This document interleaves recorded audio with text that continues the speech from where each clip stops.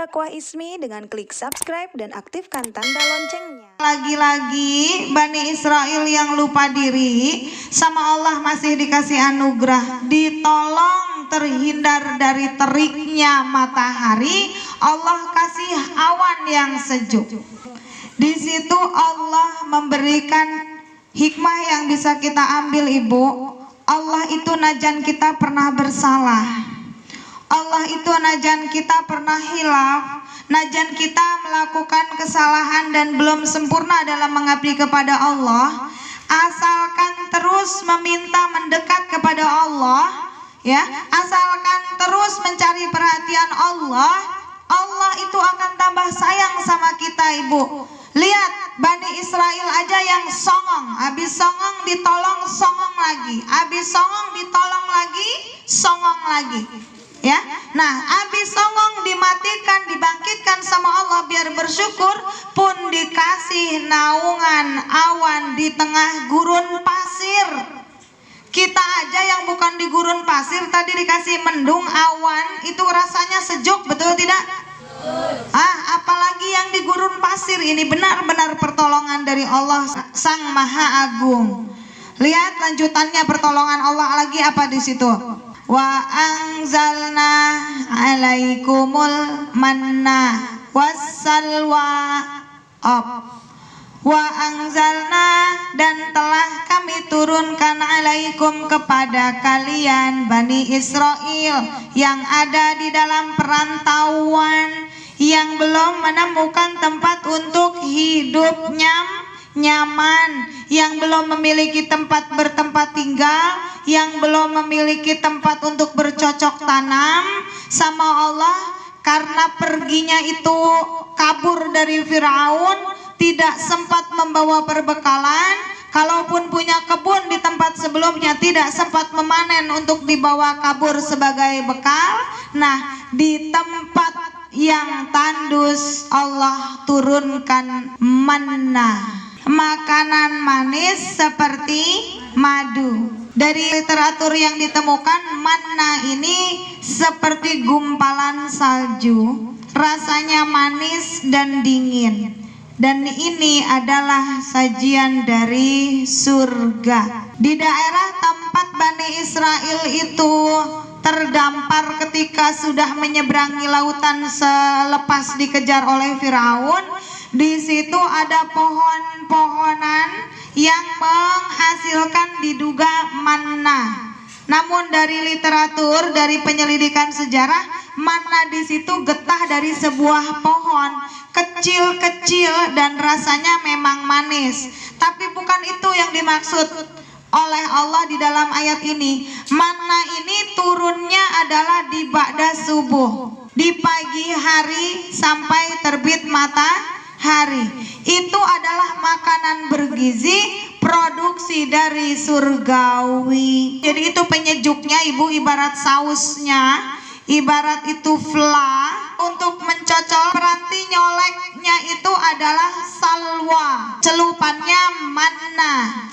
Yang dicelupkan salwa. Apa salwa? Burung puyuh yang dimasak khas itu dari surga. Pemberian dari siapa, Ibu? Allah. Pertolongan ini luar biasa, tidak?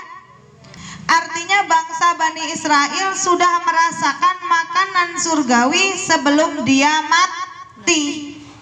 Dalam kehidupan selama di dalam rantauan, sebelum menemukan tempat untuk bertempat tinggal, mereka berpuluh-puluh orang yang setia kepada Nabi Musa ikut kabur dari tempat tinggalnya.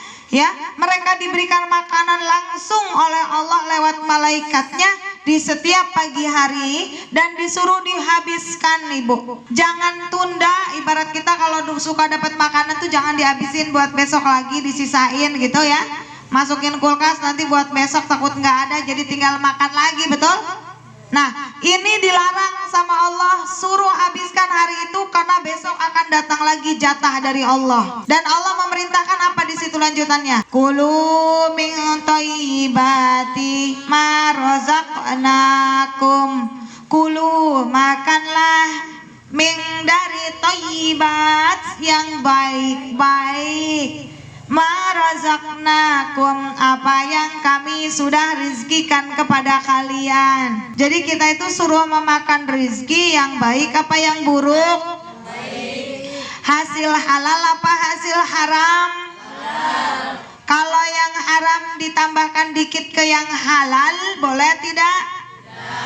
Nah, kalau menjalankan uang untuk buat tambahan rizki dengan cara dipinjamkan lalu kembalinya riba, itu thayyibat bukan?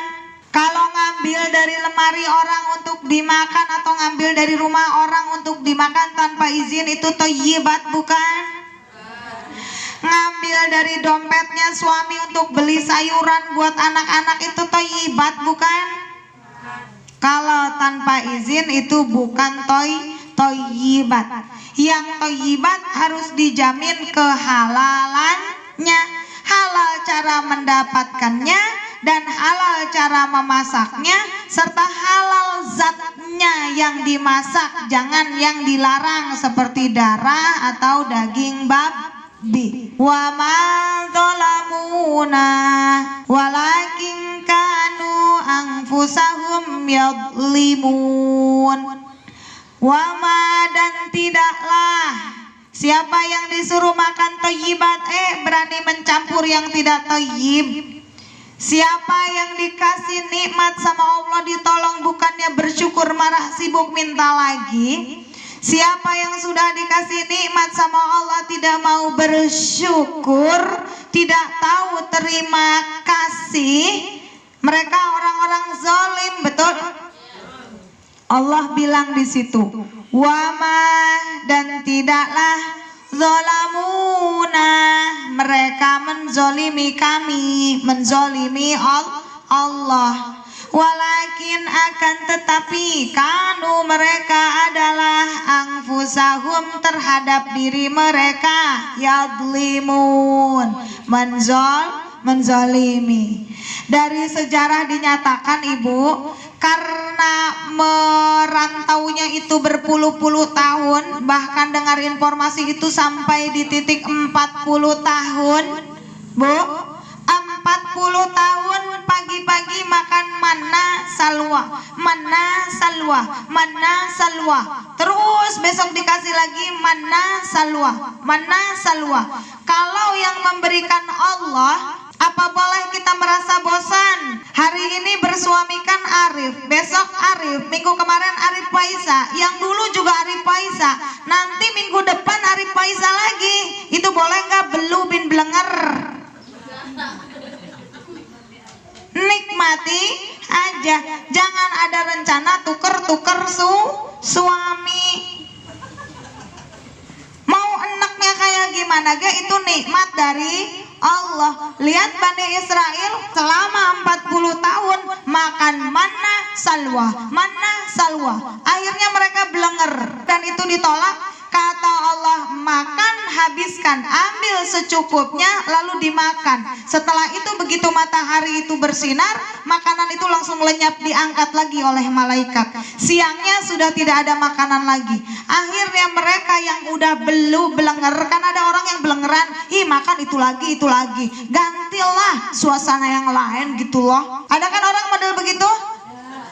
Hari ini dikasih pizza, ya Bu, pasti ngelihat baunya itu hidung, ya, udah marah-marahin cacing, sabar atuh cing, sabar cing. Ada yang begitu nggak? Jauh. Tapi kalau besok dikasih pizza lagi, makan siang pizza lagi, makan malamnya pizza lagi, paginya pizza lagi, siang pizza lagi, terus malam 1 hari 3 kali makan pizza, belenger nggak? Kalau yang ngasih Allah